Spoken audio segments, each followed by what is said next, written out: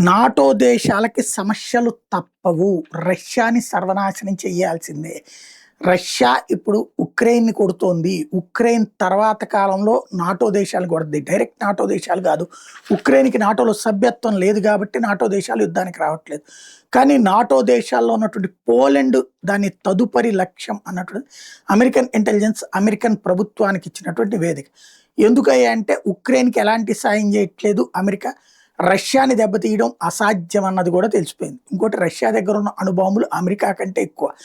రష్యాని సావచితకబాదామంటే గనక అది final option కింద ఒక బటన్ నొక్కితే అమెరికాలోని దాదాపుగా 50, 60 నగరాలు బూడిదైపోతాయి.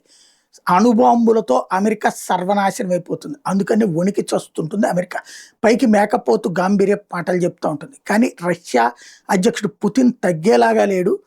నాటో ఒకప్పుడు ఏదైతే యుఎస్ఎస్ఆర్ నుంచి విడిపోయినటువంటి రాష్ట్రాలు కాస్త దేశాలుగా మారితే ఆ దేశాలను మళ్ళీ కలుపుకోవడంలో భాగంగా ఇప్పటికే ఒక్కొక్క ప్రయత్నం చేస్తున్నాడు. అందులో ఉక్రెయిన్లో కొంత భాగం ఆక్రమించుకోవడం అందులో భాగమే.